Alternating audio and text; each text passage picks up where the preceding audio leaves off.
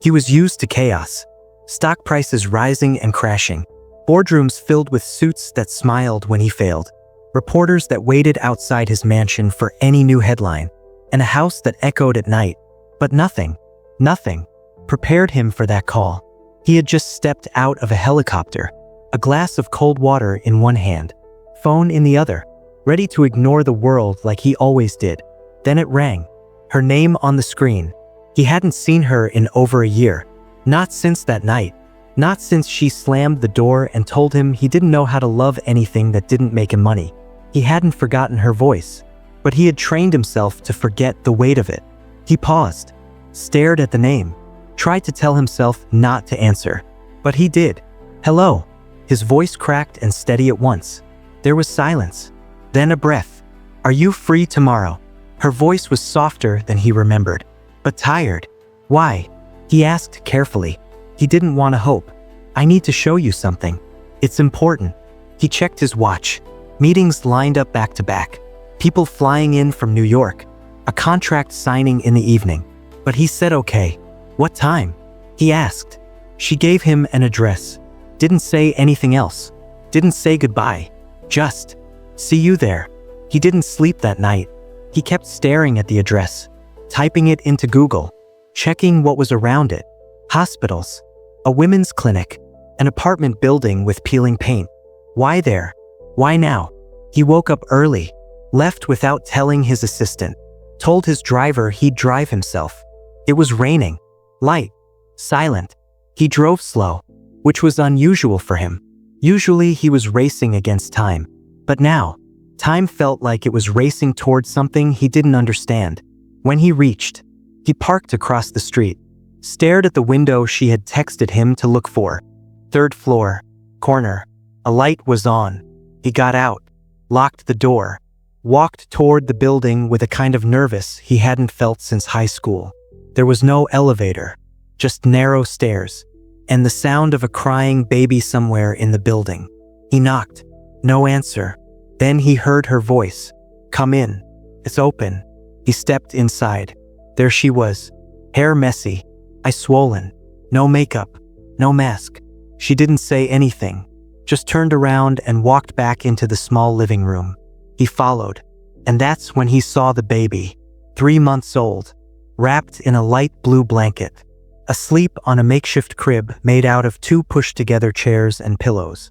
The room smelled like milk and something warm. Is he yours? He asked. No answer. She bent down and adjusted the baby's blanket. Then, finally, she looked at him. He's yours. The air left his lungs. He didn't move, didn't blink, didn't speak. I found out after I left. She said quietly. Didn't want to call. Didn't want to hear your voice if you were going to tell me to get rid of it. She looked down at her hands. But I kept him. His name is Noah. He walked closer, slowly, like he was approaching a painting he wasn't sure was real. He knelt, stared at the tiny face. The same nose, same chin, same dark hair. His hands trembled. Can I? He asked. She nodded. He picked him up. He was so light, so small, so real. He hadn't cried yet, just shifted a little. Pressed his lips together in a soft frown. He didn't know how long he stood there, holding him, feeling like the ground under him was changing shape. I didn't want anything from you, she said behind him. I just wanted you to know. He exists. He turned. Why now? He asked. Because, she hesitated.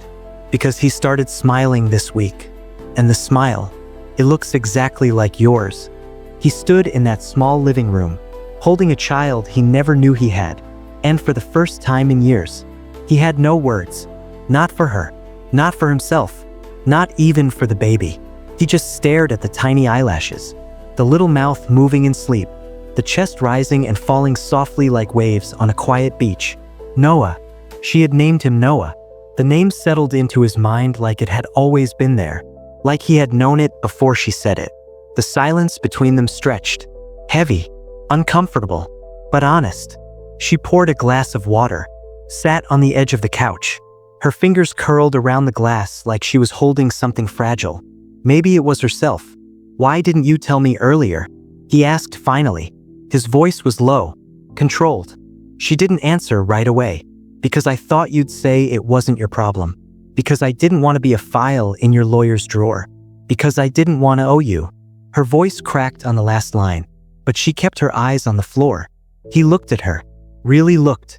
This wasn't the same woman who had walked out that night. This was someone thinner, quieter, braver in some ways, but more tired in others. You think I wouldn't have cared? He asked, and she looked up. Her eyes met his. Would you have? He didn't answer, because he didn't know. He remembered that night she left. The argument, the way she stood by the door shaking, screaming that he only knew how to sign checks, not hold people. He remembered telling her she was dramatic, that she'd regret it, that she'd come back. She didn't. Not until now. Can I come again tomorrow? He asked. She blinked. I'm not asking for anything. He added quickly. Not yet. I want to see him again. She stared at him for a long time, then nodded. Same time. He left slowly, his hand lingering on the doorframe, as if leaving meant something was about to be lost again. Outside, he sat in his car for a full hour, engine off, rain still falling in soft taps against the windshield. He thought about the name Noah. He thought about that little frown the baby made in his sleep. He thought about the woman in that small apartment who had raised him alone for 3 months. 3 months. That was 90 days. 90 nights. Bottles. Cries. Diapers. Laughter he had never heard. Tears he had never wiped. He missed all of it, and it hadn't even started for him yet. The next morning he canceled everything. He told his assistant not to schedule anything for the rest of the week, and drove back to that apartment like it was the only place that mattered. She was waiting, not dressed up, just tired again. But this time, she opened the door before he knocked. Noah was awake this time, on her lap, moving his arms in little waves like he was trying to swim through air. He reached out for the baby again, and she handed him over without a word. Noah looked up at him, for the first time, wide eyes, calm but curious. And then, a smile, that same smile. That same crooked little grin he used to make in high school pictures. The one his assistant once said looked fake, but wasn't. He felt it in his throat. Something rising, like guilt, like love, like both. He started coming every day, sometimes just for an hour, sometimes longer. He brought diapers, formula, small clothes from stores he had never stepped into before. He even learned how to hold a bottle right. Watched YouTube videos at night on how to burp a baby. The 4th day, Noah fell asleep on his chest, and he didn't move for 2 hours, just kept his hand over the baby's back, feeling each little breath. She watched quietly, from the kitchen, from the hallway, sometimes from the shadows. She didn't say anything, not until the 7th day. You're falling in love with him, aren't you? He didn't answer, just smiled down at the baby in his arms. He's mine. He whispered. I didn't think I'd feel it, but I do. I really do. She looked away, wiped her hands on a towel, heard her voice shake. He cries a lot at night. You know, sometimes I don't sleep. I can help, he said quickly. I can start helping more. She turned back to him. He's not just your charity, she said. He's not a project or a second chance for your image. He's a whole person, with a soul and needs. And he will love whoever shows up for him consistently. So if you're going to show up, do it with your full heart, or don't do it at all. He looked at her, long and hard. Then, without thinking, he said something that surprised them both. Then come back to my house. Both of you. Move in. She froze. The baby shifted in his arms, made a tiny sound like a sigh. You're serious? She whispered. I've never been more, he said. She stepped back, shaking her head. This isn't how it works. You can't just take us from one life to another like it's an elevator ride. You weren't there for me when I needed you. You weren't there when he was born. You didn't cry with me when I had to cut my own umbilical cord because the nurse walked out. You didn't sit with me when I panicked the first night alone with him. You didn't exist. And now you do. So no, you don't get to decide what's next. Her voice broke again. He stood there, holding their son, unable to argue with a single word. What do you want? He asked. She looked up at him, eyes full, voice low. I want to know if you're here for him, or for me, because if it's him, then prove it. If it's both, then be ready to fix everything you broke, not just with money, but with your soul. She took the baby from his arms, held him close. Come back tomorrow, same time, bring nothing, just yourself. He nodded, then left again, this time slower. He didn't bring anything the next day. No gifts, no baby bags, no designer toys with tags still on them, just himself, exactly like she said. And when she opened the door, she paused, looked at his hands, then into his eyes, then moved aside without saying a word. Inside, it was quiet. Noah was napping, soft breaths rising under a knit blanket, arms spread like he was flying in his dreams. He walked to the crib, not the one with gold bars like the ones in his guest nursery, just a second-hand wooden one, clean, worn, still safe. He didn't touch the baby this time, just watched him, his own breathing slowing to match. Behind him, she sat on the floor, back against the wall, legs crossed like she had done when they first moved in together 5 years ago, back when they lived in that tiny downtown apartment with mismatched furniture and nothing but each other. He joined her, sat across from her, no table between them this time, no ego, no rush. Tell me something, she said, something true, something you never told me even when we were happy. He swallowed. There was a night, he began, 3 years ago, right after I got that award, the one for Entrepreneur of the Year. You were in that red dress, the one you hated because it pinched your ribs, but you wore it anyway for me. She nodded, faint smile. I remember. He looked away. I was supposed to feel proud. Everyone kept clapping. You were holding my hand, but I had never felt more alone in my life. I looked at you, and I knew that one day you'd leave me, because you needed more than a trophy. She didn't speak, just watched him, like seeing him for the first time. Why didn't you say anything? She finally asked. Because saying it out loud would make it real, and I wasn't ready to lose you, even though I already had. The room held its breath. Only the faint tick of the wall clock moved. He looked down at his hands. I was scared. I thought if I just worked harder, made more, built more, I'd eventually become someone you'd never leave. She leaned forward slightly, but I never asked for more. I asked for you, and you were never home. He nodded. I know. I didn't understand it then. I thought I was doing it for us. She didn't answer, didn't forgive him, didn't say it was okay. And maybe that was what made it feel real. After a while, Noah woke up. She picked him up, held him with practiced arms. He reached out without crying, tiny fingers stretching toward the man he was beginning to recognize. He stood, held him too. Together. This is what you missed, she whispered. He knows the sound of the ceiling fan before he knows your voice. He knows the scent of my skin before he knows your name. He didn't flinch. I want to change that, he said. If you'll let me. She looked at him for a long time, then asked, why now? Why not before? Why are you ready to be a father now when you weren't even ready to be a partner? He took a deep breath. Because for the first time, I see something I can't outsource. I can't hire someone to be his dad. I can't delegate love. And when I saw him, that first time, sleeping between 2 chairs, I knew that every deal I ever closed, every company I built, meant nothing if I couldn't hold on to him. He held the baby tighter, and this time, Noah smiled again. For the rest of the week, they didn't talk about the past. Not much. They just sat, fed Noah, listened to music, sometimes argued about tiny things like bottle temperatures or blanket fabric, but nothing that broke them. Not this time. On the 7th day, he brought 2 coffees instead of toys. She raised an eyebrow. Technically, this doesn't count as bringing something. He smirked. It's for both of us. And it's not for Noah.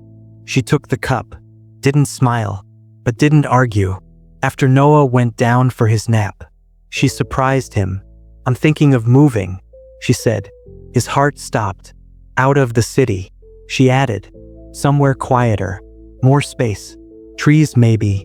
He didn't know what to say. You can visit, she said. Visit. The word echoed like a door closing slowly. Not stay, not move in, just visit.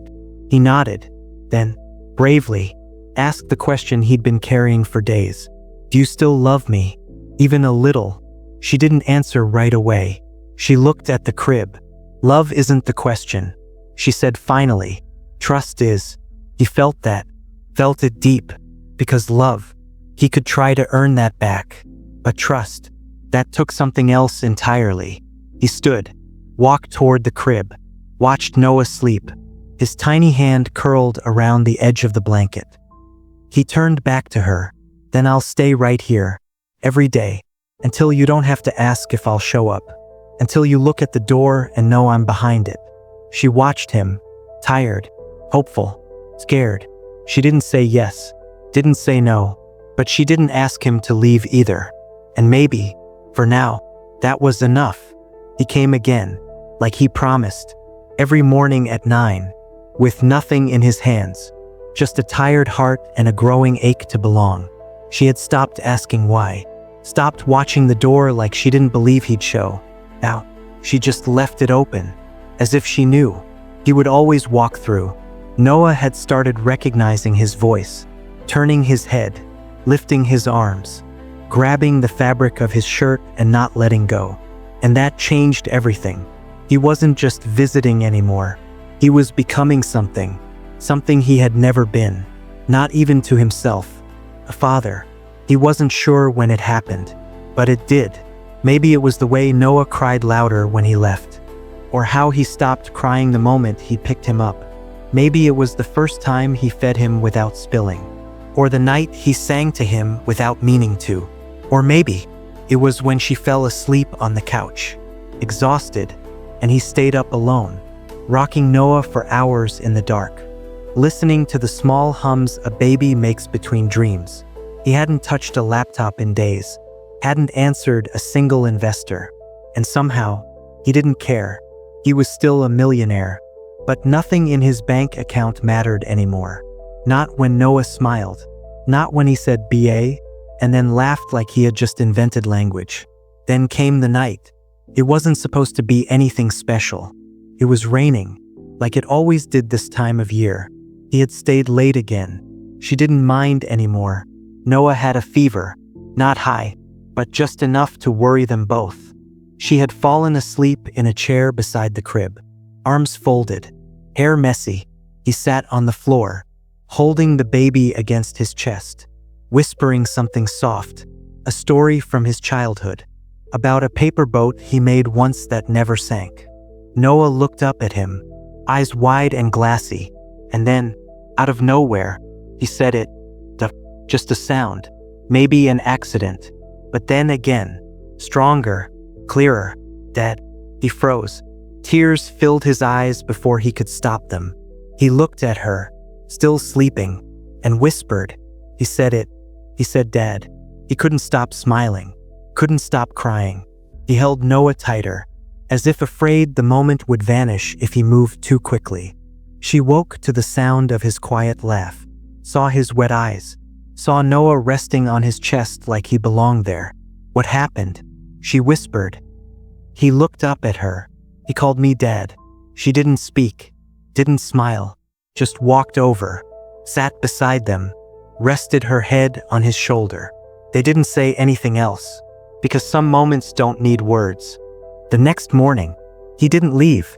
Not at 9, not at 11, not even at 5. He stayed. He cooked breakfast. Terribly. Burnt toast and undercooked eggs. She laughed for the first time in months. And somehow, that laughter became more healing than any apology. He helped her clean, rocked Noah for his nap, fixed the door hinge that always squeaked. She watched him, something shifting quietly in her chest. That night, she said something unexpected. Do you want to hold him while he sleeps? He blinked, then nodded. She placed Noah in his arms, turned off the light, left the room, and he sat there in the quiet, a full hour. Then 2. The world had never felt so still.